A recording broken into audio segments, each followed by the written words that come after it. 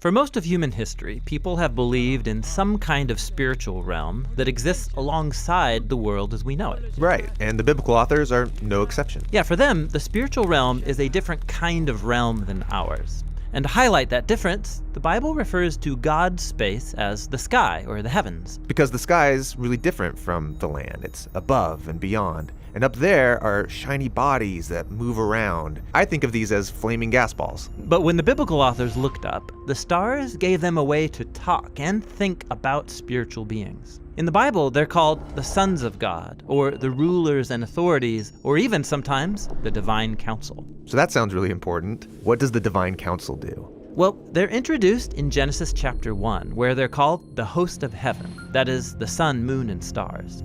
And there, they're also called signs, meaning that their power and status symbolizes and points to God's power and status. Yeah, so in Genesis 1, God appoints them to rule over the day and night. Exactly. And then later in the Bible, we're told that they were celebrating God's power and creativity when he created the world. Like the cheering section of a game. Yeah, right. There are also stories in the Bible where God invites the divine council to participate in making a decision. Like when they help decide how to bring down the corrupt Israelite King Ahab. Or in the book of Job, where they debate God's policy of rewarding people who do good. So they're like God's staff team.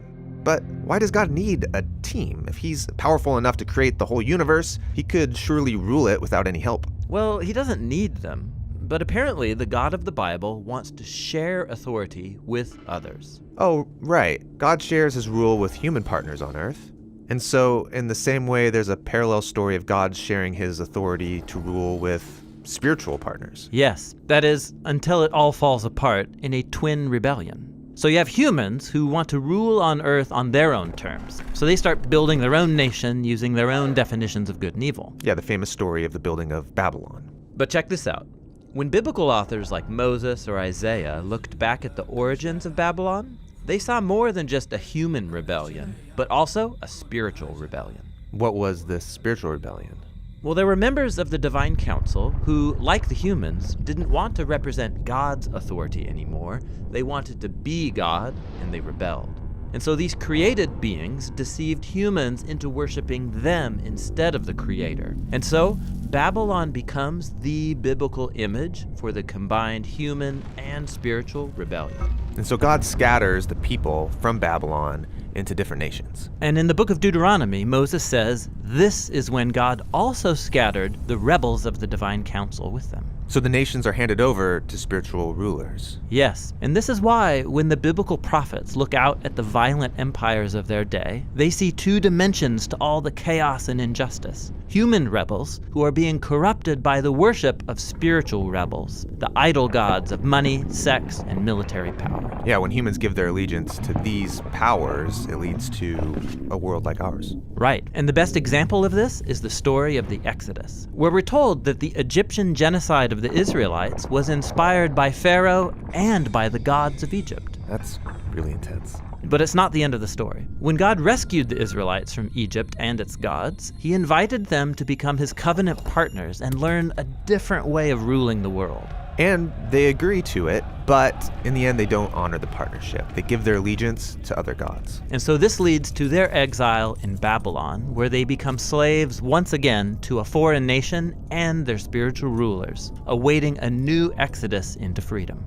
And this is where the story of Jesus picks up. He said he was here to rescue the world and take it back from the rebels. Which rebels, the human ones or the spiritual ones? Exactly. For Jesus, it was all connected. When he marched into Jerusalem for Passover, he was announcing the ultimate exodus. He was there to confront and overcome all rebel powers and authorities, and he did it by giving up his life. So this is what the Apostle Paul meant when he said that Jesus disarmed the powers and authorities, triumphing over them by the cross. Yes, Jesus condemned our evil by allowing the rebels to unleash all their hate and evil on him. But then he overcame it with the power of his love and resurrection life. And then Jesus told his followers that all authority in heaven and earth now belongs to him. Yeah, the ultimate human and divine partner. This is really good news. Yeah, and it's why the apostles started inviting everyone to give their allegiance to the risen Jesus, to discover freedom and a new way to be human. Now, while Jesus gained a decisive victory over the rebel powers, he didn't destroy them. They're still around, causing problems. Yes, and in fact, they are the problem. The apostles said that humanity's real enemy is never another human. Rather, it's the spiritual powers that animate our cultural idols that inspire hatred, division, and violence. So when I see people hurting other people, behind it is the divine council gone rogue. How do you deal with this kind of enemy? Well, the Apostle Paul said we can resist by putting on the character traits of Jesus like armor, faithfulness, justice, and peace. And he said that our only weapon is the Word of God. That is, the biblical story of good news that Jesus has overcome all rebels with the divine power of his life and love.